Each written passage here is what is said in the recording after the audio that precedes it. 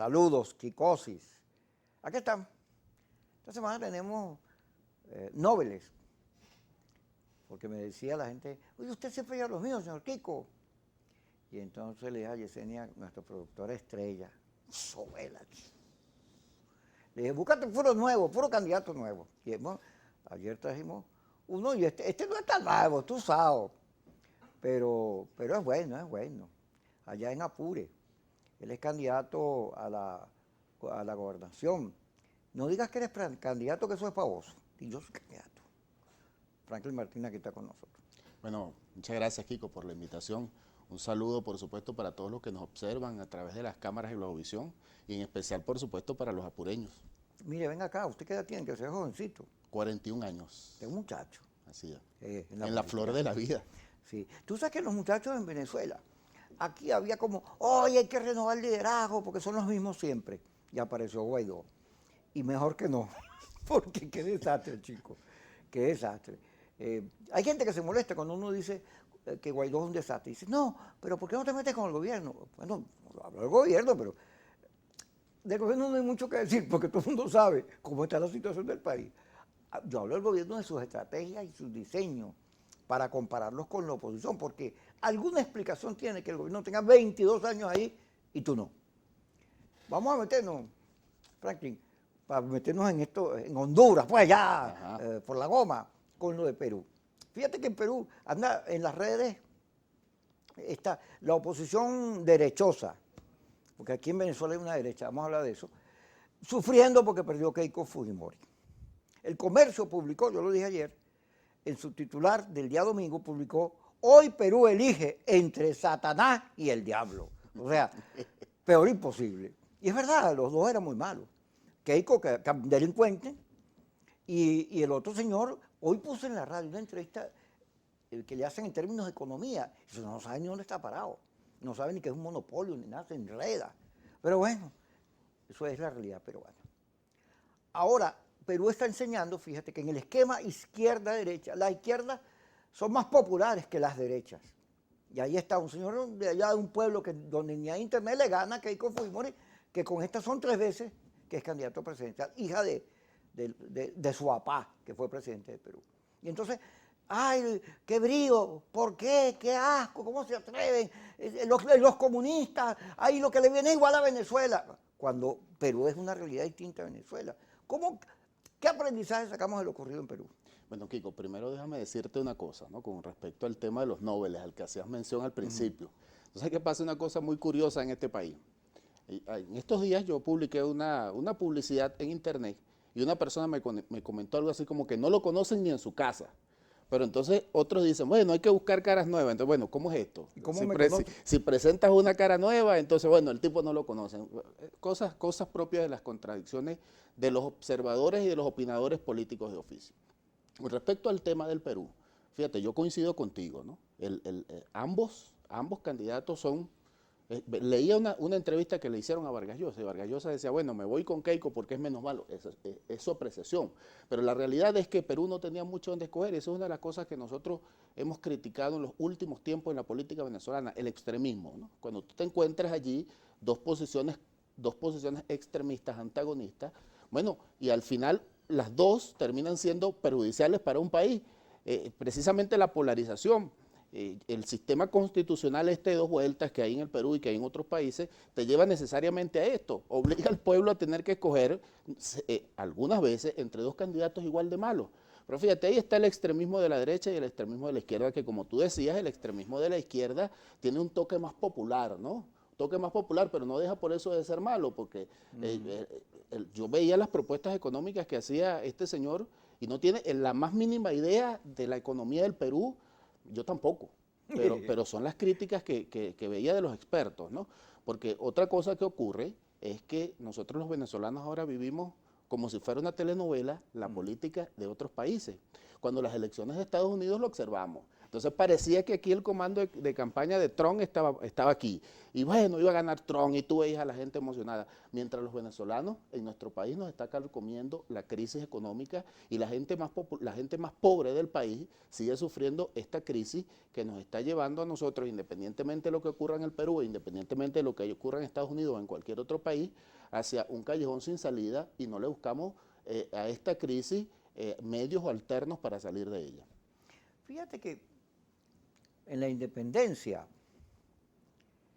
la capital, Lima, cuando Bolívar y San Martín intentaron colaborar con la liberación del Perú, uno por abajo y uno por arriba, pues la oligarquía peruana se cuadró con los españoles.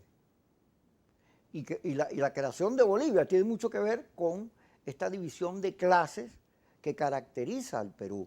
Nosotros no tenemos esa división tan marcada como la hay en Colombia, en Chile o en Perú, para ponerte un ejemplo. Aquí después de la Guerra Federal, aquí todos somos parejeros, bien buenos. Eso es mejor que esas diferencias de clases. Eso es lo que apareció en Perú y es lo que está apareciendo en Latinoamérica. Fíjate, Chile, una enorme economía, pero una constitución que los servicios, educación, etcétera, estaba en manos privadas. Y entonces, al final termina la presión social generando cambios. Y es lo que no entienden estas derechas conservadoras. No Piñera, que Piñera es un hombre inteligente, pero Duque no entiende ni dónde está parado. Ahí está reformulando la policía porque para él se trata de una conspiración de Petro, pero resulta que en Colombia hay un problema. Tú vas a Colombia y trata de darle la mano a un señor de plata para que tú veas. Te escupe y más eres de colorcito. Porque, bueno, es un país así, por eso su historia de guerras. Los presidentes colombianos no hay uno solo pata en el suelo. Entonces, eso está apareciendo en Latinoamérica. Y en Venezuela hoy hay más pobres que en cualquier momento de su historia. Y resulta que la oposición es muy clase media. Y ahora que como tú dices, vive viajando, son unos héroes peleando por la libertad, pero desde afuera. Y la gente aquí necesitando. ¿Cómo puedes tú, en Apure, donde no hay una sola empresa, sino todo depende del Estado, lograr que la gente diga, este es mi hombre, Franklin, gobernador? Mira, efectivamente, como lo dices, es que de hecho en la misma independencia venezolana, cuando inició el proceso de independencia venezolana, lo iniciaron una clase, pudiéramos decir la clase burguesa, ¿no?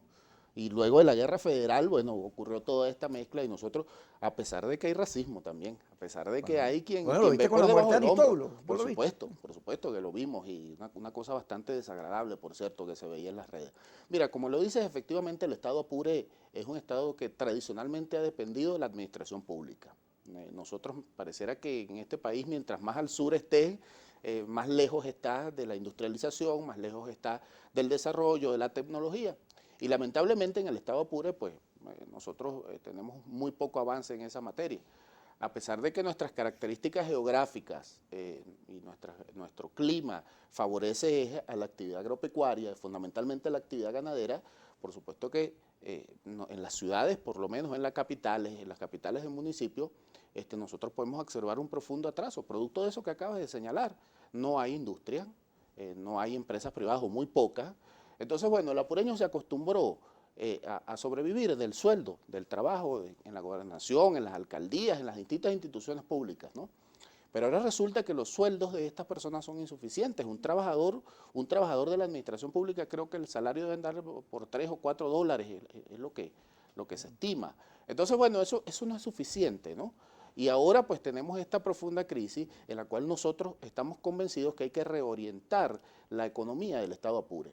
Y alguien pudiera decirme, bueno, pero es que no se trata de la presidencia de la República, no, chicos, pero es que cada estado tiene su sistema económico que le permite subsistir. Por ejemplo, en el caso nuestro, desarrollar la agricultura o desarrollar la actividad ganadera produce el aumento en la calidad de vida del apureño por todo el círculo económico que puede ocurrir allí. Ahora, nosotros no podemos pintarle fantasías a los apureños, decirle que la gobernación cuenta con los recursos suficientes para reactivar la economía. Es allí donde entra en juego el tema de la polarización, el extremismo del que estábamos conversando hace un rato. Hay tres niveles, tres instancias de poder, el gobierno nacional, el estado y el municipal, pero cuando están peleados, cuando no hay coordinación, entonces es imposible que el país crezca, es imposible que un Estado como el nuestro surja o progrese en esas condiciones. Desde la gobernación del Estado Apure, por ejemplo, a pesar de que los... Fíjate, que ya vi que ahora vienes a proponer y eso, mira, está emocionado Yesenia. Ya vamos a regresar contigo porque nos toca ir al corte. Y seguimos con Kikosis por Globovisión.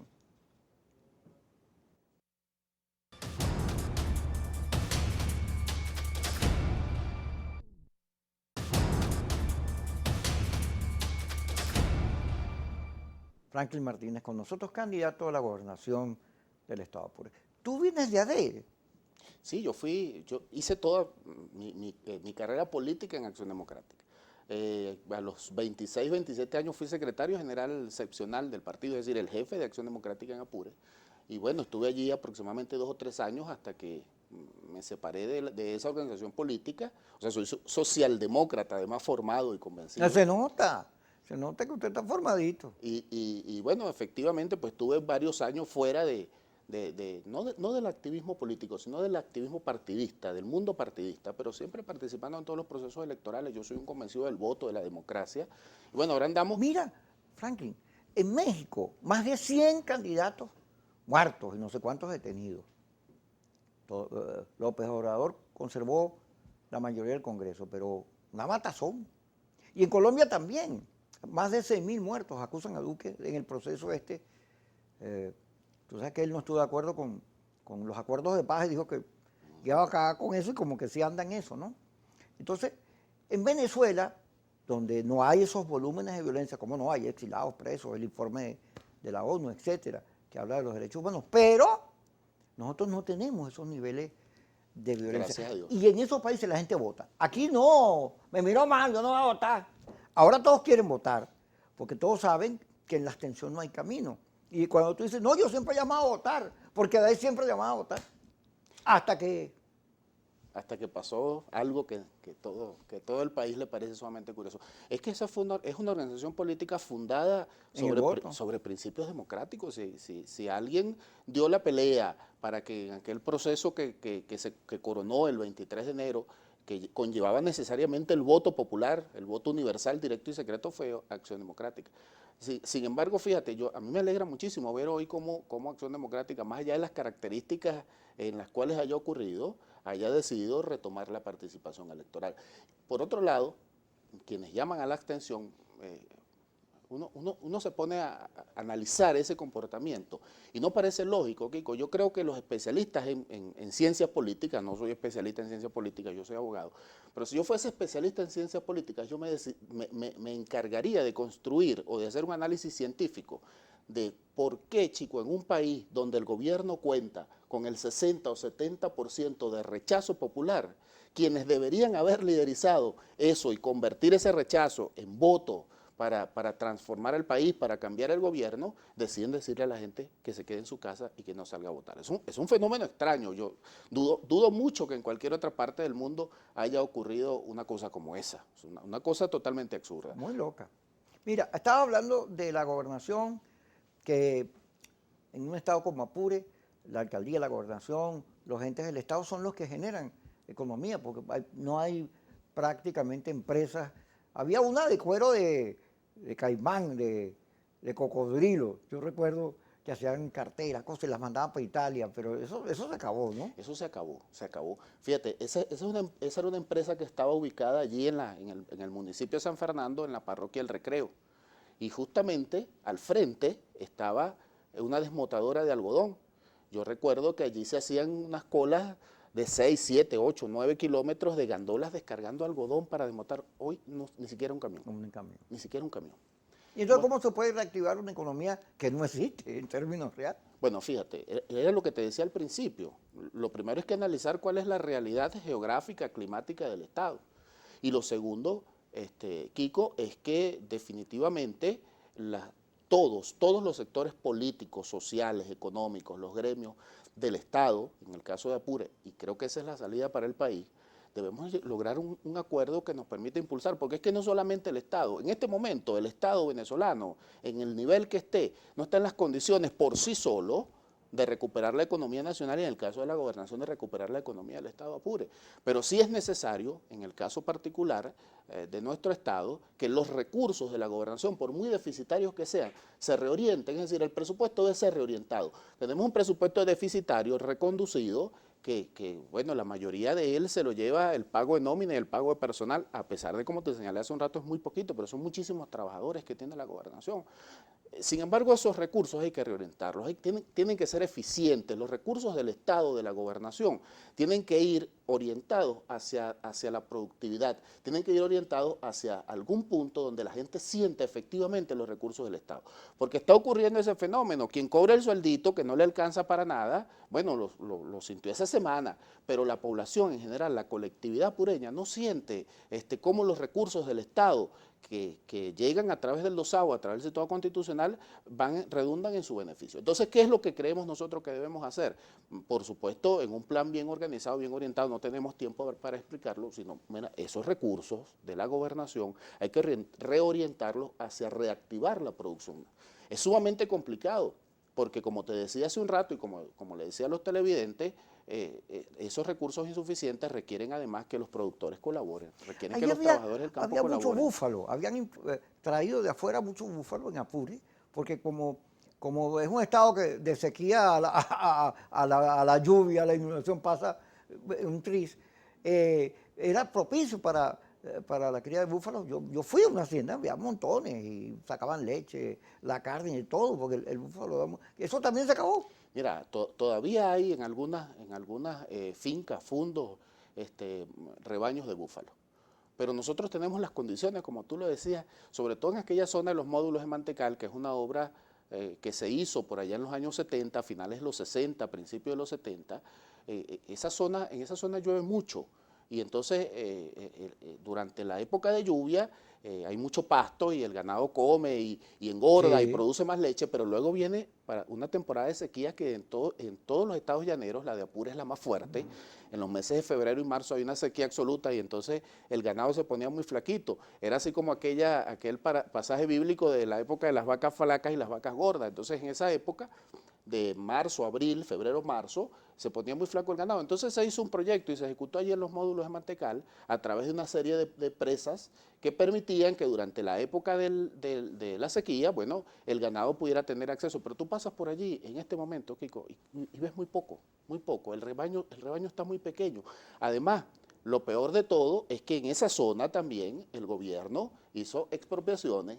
Ay, Dios. Y entonces, bueno, Ya el pueblo venezolano ya sabe lo que ocurre cuando hay expropiación. Ajá, y que estos sucesos de la frontera con Colombia, donde han muerto venezolanos, enfrentamientos con esta incisión de la guerrilla, cuéntame cómo lo estás viendo tú, o cómo lo ve la gente de Apure en las conversaciones que estás haciendo ahorita en campaña y con los distintos sectores sociales. Pero vamos al corte y ya regresamos. Kikosi, aquí en Apure, en Apuros, por Globovisión.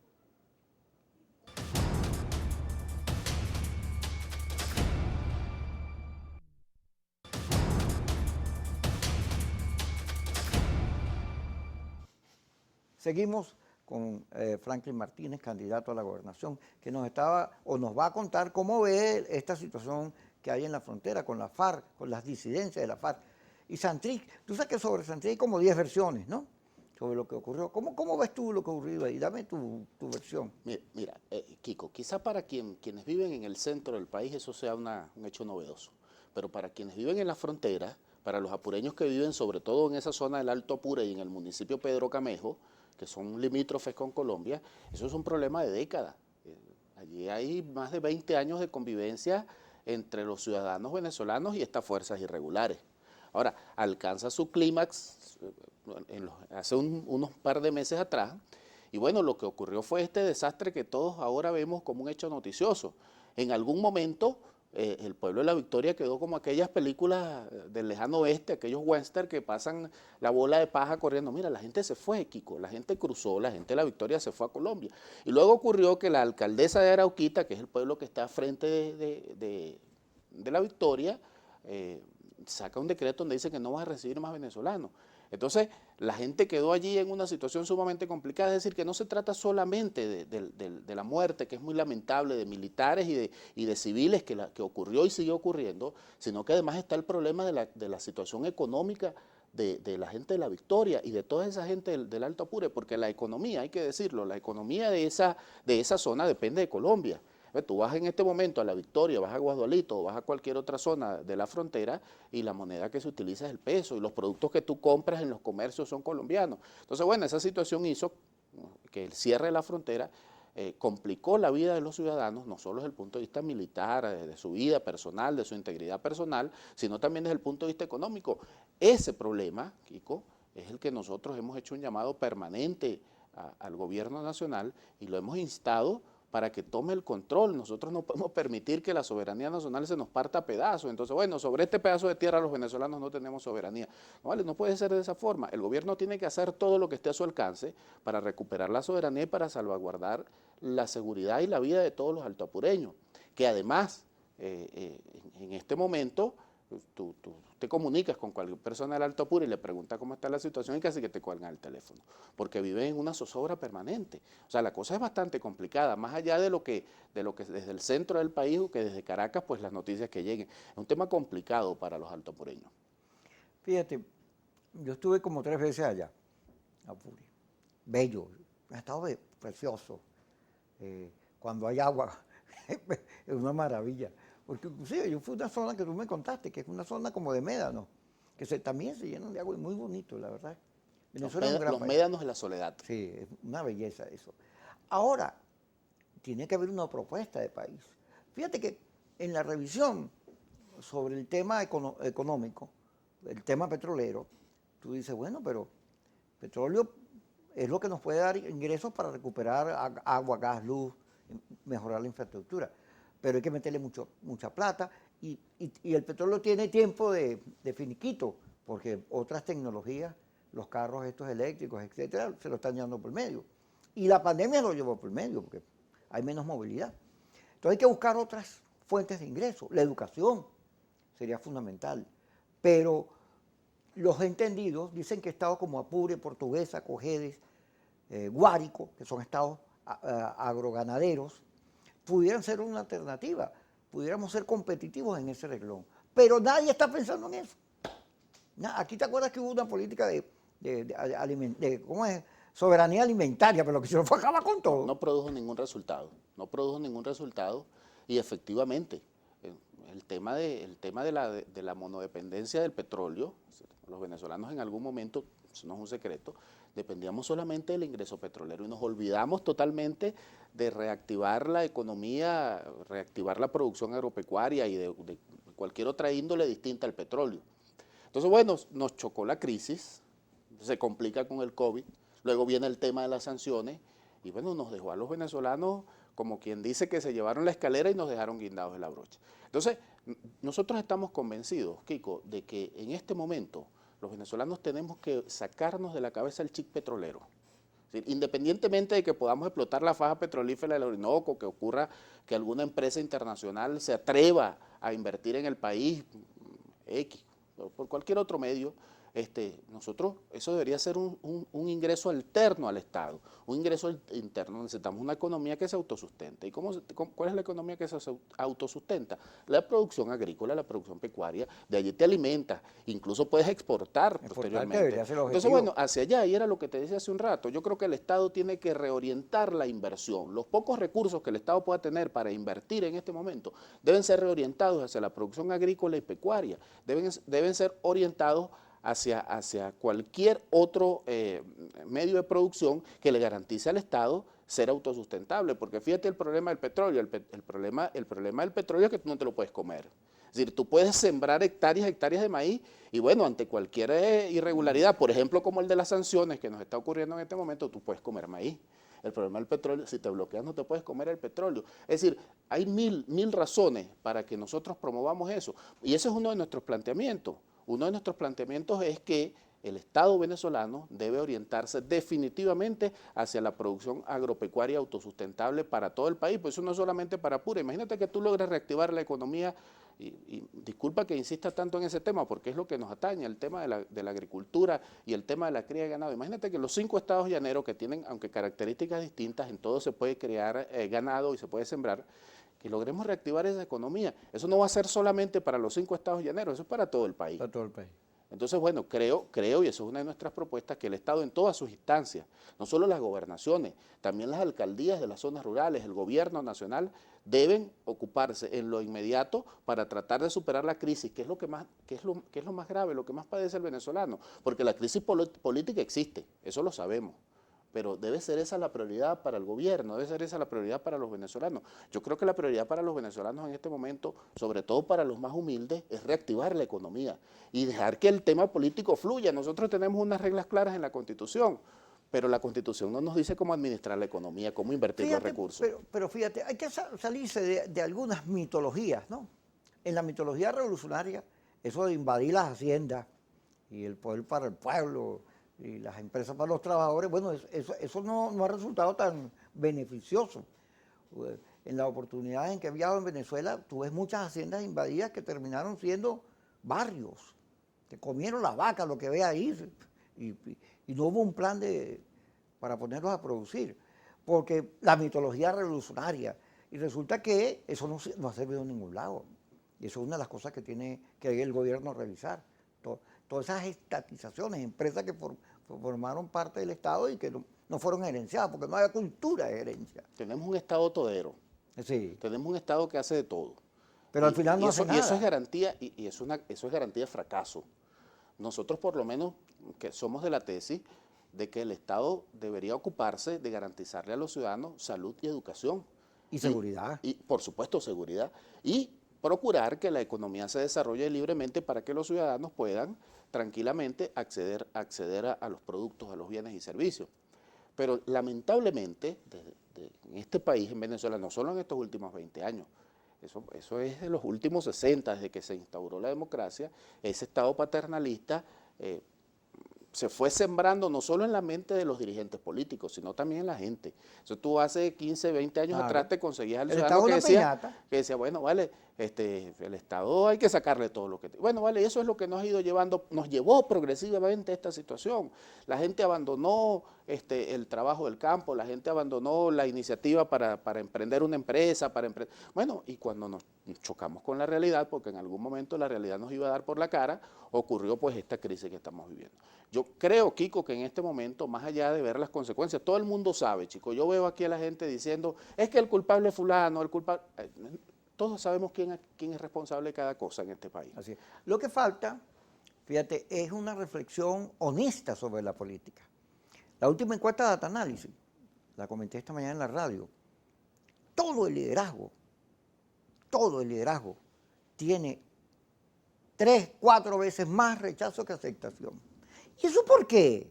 ¿Y por qué ocurre esto? Porque Maduro, Diosdado, Capriles, Leopoldo, Guaidó llegó a tener 60% y anda a los 3, 4 puntos. Bueno, un rechazo altísimo.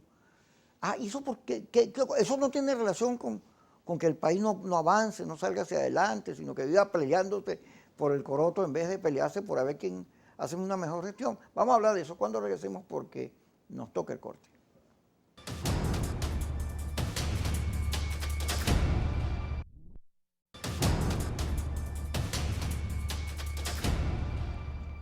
Franklin Martínez con nosotros, aspirante a la gobernación de Apure. Franklin, fíjate, hay un tema con el liderazgo. El país que tiene oportunidades en medio de la crisis, claro que la tiene, tú has descrito varias y hemos hablado aquí.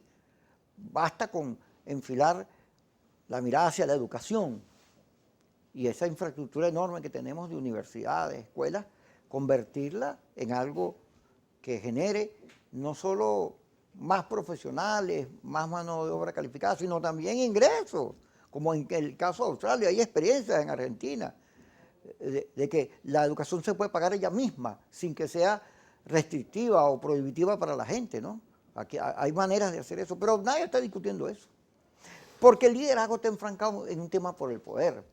Fíjate, viene la negociación, los noruegos estuvieron la semana pasada, y entonces Bueno, Maduro dijo, ok, pero me devuelves la plata, me reconoces la AN y me quitas el bloqueo. Y los otros, el G4, en la reunión con los noruegos, digo, que hagan las elecciones parlamentarias otra vez y elecciones presidenciales. Y entonces tú dices, no, estos no van a llegar a acuerdo. Pero esos son los polos que durante 22 años se han venido enfrentando. Y la gente ya no los quiere. Ahí está el negocio, no lo digo yo. Y la abstención, la abstención es producto del G4 que llamamos abstención. No, la abstención es rechazo contra todos ellos. Todos no sirven, no los quiero. Una profunda decepción. Pero eso nos obliga a buscar, oye, en estas elecciones que vienen, empezar a buscar liderazgos distintos, que no sean derecha e izquierda, Dios, porque por ahí no hay salida. Ahí lo que vamos a terminar como Perú, como cualquier país de este. Pero ¿qué ocurre? Me dicen que viene el IPA, que el IPA que está afuera va a regresar para pelear por la gobernación. Montilla, que fue gobernador como 100 veces allá, ahí viene Montilla también. Y he oído de 4 o 5 candidatos, hay un tema de unidad. Pero ¿cómo te vas a unir con gente que tiene diferencias tan profundas? Tiene más diferencias entre ellos que con el gobierno. Mira, el tema del liderazgo político en algún momento perdió la brújula en este país. O sea, se supone que el liderazgo político es para procurar el bienestar colectivo. Se supone que el líder debe orientar hacia la gente por el camino correcto, por el mejor camino. Y en algún momento en Venezuela esa ecuación se invirtió. Entonces teníamos en los últimos meses un liderazgo político que tomaba las decisiones en base a las tendencias de Twitter, en base a las tendencias de Instagram.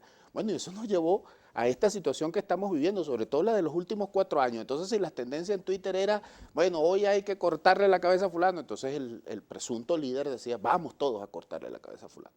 Cuando la realidad es que el liderazgo político existe para lo que acabo de señalar, para procurar el bienestar de la gente, para que el país avance, para que la situación mejore y para que el ciudadano común sienta, sobre todo la gente más humilde de este país, sienta, chico, que tú le estás tendiendo la mano, que tú le quieres dar una oportunidad para que mejore su calidad de vida, no dependiendo del Estado, sino por sí mismo, por sus propios medios, para que se procure la alimentación, para que le dé la educación a sus hijos, para que le pueda comprar ropa, zapatos. Bueno, la gente siente que ese liderazgo político que ha representado el extremismo y la polarización que vimos en los últimos años, bueno, ese liderazgo político no le sirve a la gente, precisamente por lo que tú acabas de señalar, porque la gente percibe que estos tipos están viendo a ver quién le pone la mano al poder, y la evidencia es más clara, es el dinero venezolano que mandaron a secuestrar, Citgo. Es decir, la gente ve eso, mira, vale, estos tipos no están interesados en ayudarme a mí, a estos tipos no les interesa que yo salga de la crisis, a estos tipos no les interesa que yo abra mi nevera y lo que haya sea agua y luz. Entonces, bueno, vale. ¿Y hay agua y luz? En alguna zona. Bueno, nosotros tenemos agua pura, es un estado rico en agua. Tenemos muchísimos ríos. Mira, pero fíjate, entonces, ¿qué es lo que la gente percibe? Bueno, vale, a estos tipos no les interesa sacarme de la crisis, a estos tipos no. Entonces, bueno, ¿por qué voy a votar? Entonces ocurre lo que conversamos al principio, el tema del Perú, o sea, ¿cuál es el menos malo? Pero los venezolanos dijeron, no, vale, yo no voy a votar. Yo he sostenido esa tesis, Kiko, de que el tema de la abstención no es, lo he dicho en reiteradas oportunidades, no es porque el G4 llame a la abstención, no vale, es que la gente no quiere votar. Y nosotros lo vivimos en las pasadas elecciones, cuando fuimos a caminar los barrios para pedirle a la gente que votara en la Asamblea Nacional. Allí había gente que ni siquiera sabía quiénes son los dirigentes del G4, pero de una te decía, no voy a votar. Es decir, la profunda decepción. Y eso es algo que el liderazgo político debe recuperar. El liderazgo político debe tener contacto con la gente. Tú le preguntas a cualquiera de esos dirigentes políticos que se autoproclaman defensores de la gente, defensores del pueblo, cuáles son las necesidades más sentidas de la gente, o se han visitado un barrio, o se han ido a una comunidad como las de Apure. En San Fernando hay barrios donde tú te metes y el lodazal te da hasta la rodilla. O sea, esa dirigencia política está totalmente desconectada de la realidad de la gente, y al desconectarse de la realidad de la gente, por supuesto que la gente se desconecta de ello, y ahí se produce ese fenómeno de la abstención. Yo creo que el liderazgo político debe definitivamente reencontrarse con el pueblo. Aunque suene populista, la gente dice que hablar que el pueblo se escandaliza, no vale, aquí con todo la el que habla gente. del pueblo comunista. No, Cuidado.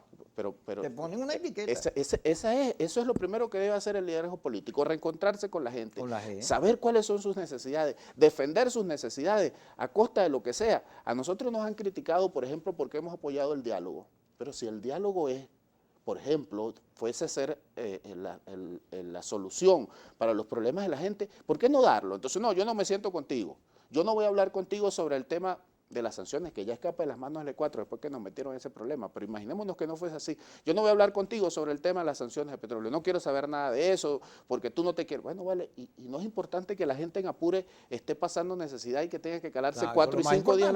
Eso es lo más importante, Claro. vale. Entonces, bueno, ese liderazgo desconectado es el que nosotros estamos desplazando en este momento y estamos convencidos Mira, de que el pueblo va a volver a mirar Franklin, hacia otro yo lado. vengo pensándolo mucho por lo que está ocurriendo en Latinoamérica, porque nosotros estamos metidos en la geopolítica. Y además Venezuela, donde hay un izquierdoso, le sacan. Si este gana, va a convertir nuestro país en Venezuela. Eso pasó en Perú, hasta con Biden apareció. Bueno, Maduro ha generado eso. Le corresponde a ellos repensar la política para ver por qué una revolución que generó tantas expectativas hoy es vista como la oscuridad total. El ejemplo Pero, negativo. pero en términos de la política, esta cosa derecha-izquierda, que a mí me cuesta ver a la gente así, porque hay caraquistas, hay magallaneros, hay de Lara. En la realidad social, 115 partidos, 111 partidos para participar en las elecciones. Hay de todos, de centro, derecha, de centro izquierda, del medio, para abajo, para arriba, tal diversidad, pero ese esquema de derecha-izquierda no deja para mucho. Ahora, si nosotros consolidamos el esquema derecha-izquierda, estamos fregados, ahí no hay solución. Hay que partir el esquema. Pero ¿cómo lo parte? Con tal nivel de segmentación, con tanto ego y tanta vanidad, porque cuesta, fíjate, las elecciones vienen en noviembre, todo el mundo habla, no, sí, la unidad, ajá, ¿y cómo se va a resolver eso? Porque primaria pareciera que eso no da tiempo, y además ni plata y para eso. Pero luego, y entonces, tú no los ves que hayan reuniones en un otro lado, por el contrario, lo que hay es veto todos los días. Yo voy, pero este no va, este no me gusta, este es un alacrán, este es un vendido, este es un agente del imperio, y qué sé yo. Y se está acabando el tiempo. Entonces vamos a tener ¿Cuántos candidatos va a haber Apure si no hay acuerdo? Bueno, mira, nosotros, tú sabes que yo milito en Soluciones para Venezuela, ese es el partido en el cual formo parte, además de ser el director regional del partido, formo parte de la dirección Pero ya me nacional. dicen aquí, tú sabes que como yo hablo mucho me pierdo, ya venimos, ya me vas a contar, pero al corte, al corte.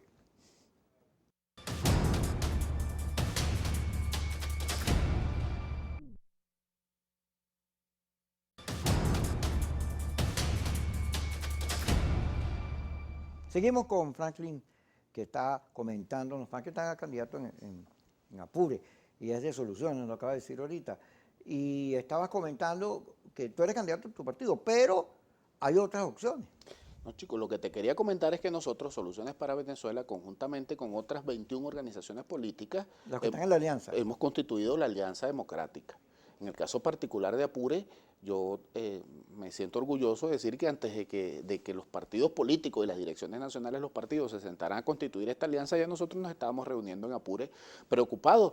Y después de los resultados electorales que nos obligó, porque hay que reconocerlo, nos obligó a sentarnos y darnos cuenta que necesitamos consolidar la mayor cantidad de alianzas posibles. A lo mejor la alianza total no sea posible, pero nosotros tenemos que hacer el esfuerzo para lograrlo.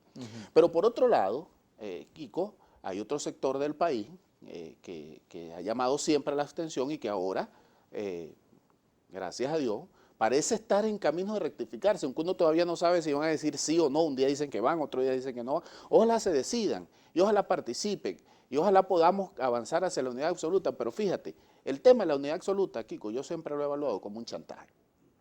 Tú mencionabas hace un rato a dos personajes que fueron exgobernadores de Apure. Alipa y Amontilla. Entonces, sí, y nosotros en Apure, esta generación a la que yo pertenezco, por ejemplo, nos acostumbraron a que tú no podías ir en contra del caudillo.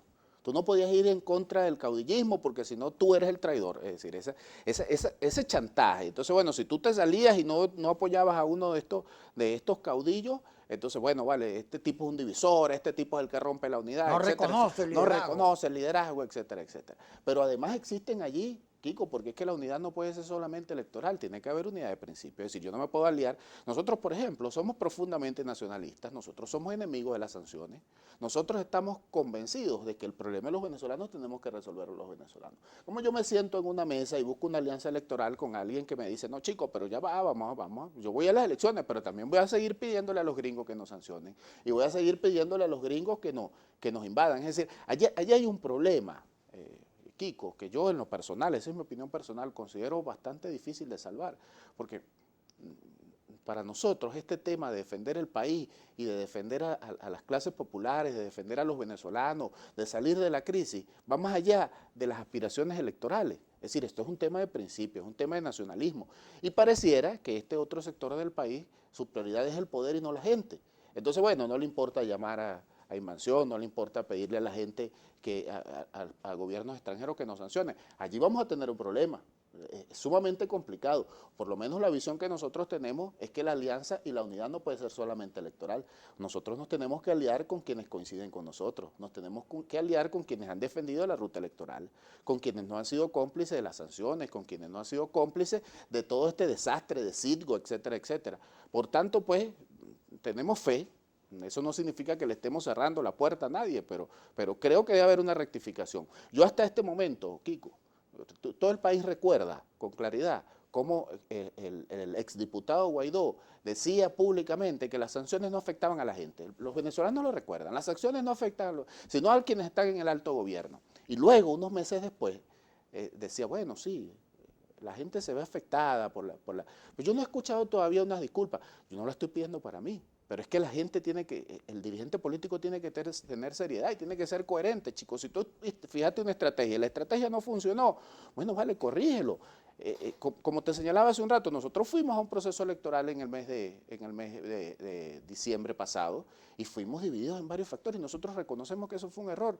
¿Qué le cuesta a este sector del país reconocer que son corresponsables de lo que está padeciendo nuestro país? Fíjate lo de Perú, volviendo a Perú. En Perú, la encuesta que hicieron a boca de urna daba ganador primero a Keiko. Después cuando hicieron la rápida, dio los mismos resultados, pero a favor de Castillo. Y por cierto, la empresa que lo hizo la pegó porque igualito como ocurrió, pues, describió la realidad. Eso debería ser un ejemplo aquí. Pero ¿qué ocurre?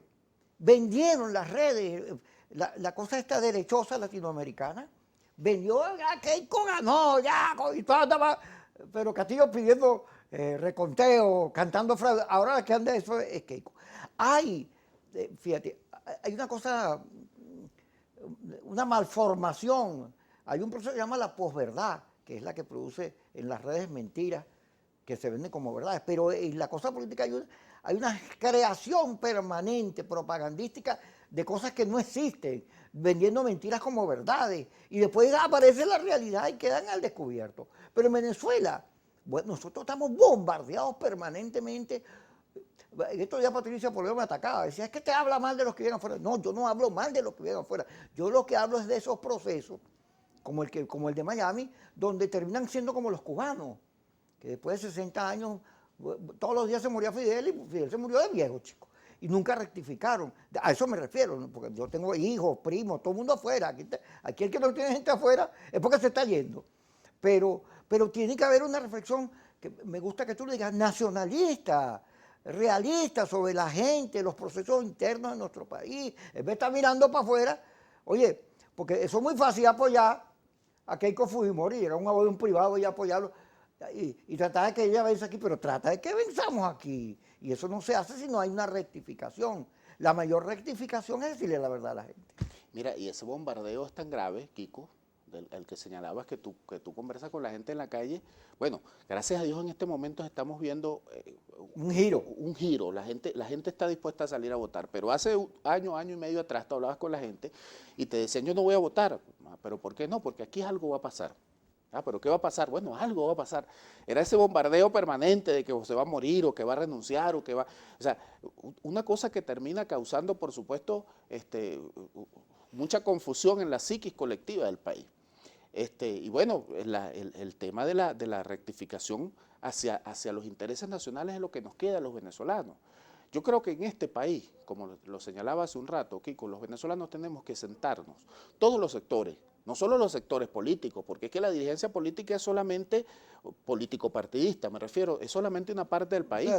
Un pedacito del país nada más. Ahí están los gremios, ahí están las federaciones de trabajadores, que esa es otra cosa. En este país entonces hay unas que son azules y otras son rojas, pero fíjate, juntas pudieran defender mejor los derechos de los trabajadores. Pero bueno, todos los sectores, los gremios, los sindicatos, los productores, tenemos que sentarnos, chicos, y crear un plan para sacar al país de la crisis, un plan sustentable en el que cada uno va a tener que hacer una cuota de sacrificio y cada uno, porque ese es el tema de la negociación. Tú no te puedes sentar en una mesa y pensar que vas a obtener todo lo que quieres y no vas a tener que ceder menos a algo. ganar.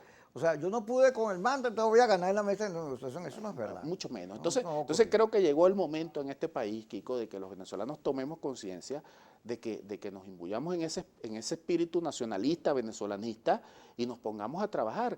Pero para eso tenemos que hacerlo organizadamente. No puede ser que uno jale por un lado y otro para otro. No me refiero, repito, solamente a los políticos, me refiero a todos los sectores sociales del país. Entonces, bueno, vale, vamos a sentarnos, vamos a desarrollar un programa, un proyecto para este país de los próximos 15 años. Y independientemente del tema político, de quien sea, quien ocupe uno u otro cargo de una u otra tendencia, sea blanco, azul, rojo, bueno, pues se mantenga dentro de los parámetros de ese proyecto político. Y nosotros nos mantenemos en los parámetros del programa. Gracias, Franklin, por estar con nosotros. Además, me gustó escucharte. Muchísimas Se ve gracias que por está la invitación. formado. Qué bien, chicos. A mí me gusta cuando la gente tiene discurso. Así no lo comparta. Porque las discusiones son buenas cuando tienen piso. Piso tenemos aquí nosotros en Globovisión a las 5 y a las 10. Kikosis por Globovisión. No se nos pierde.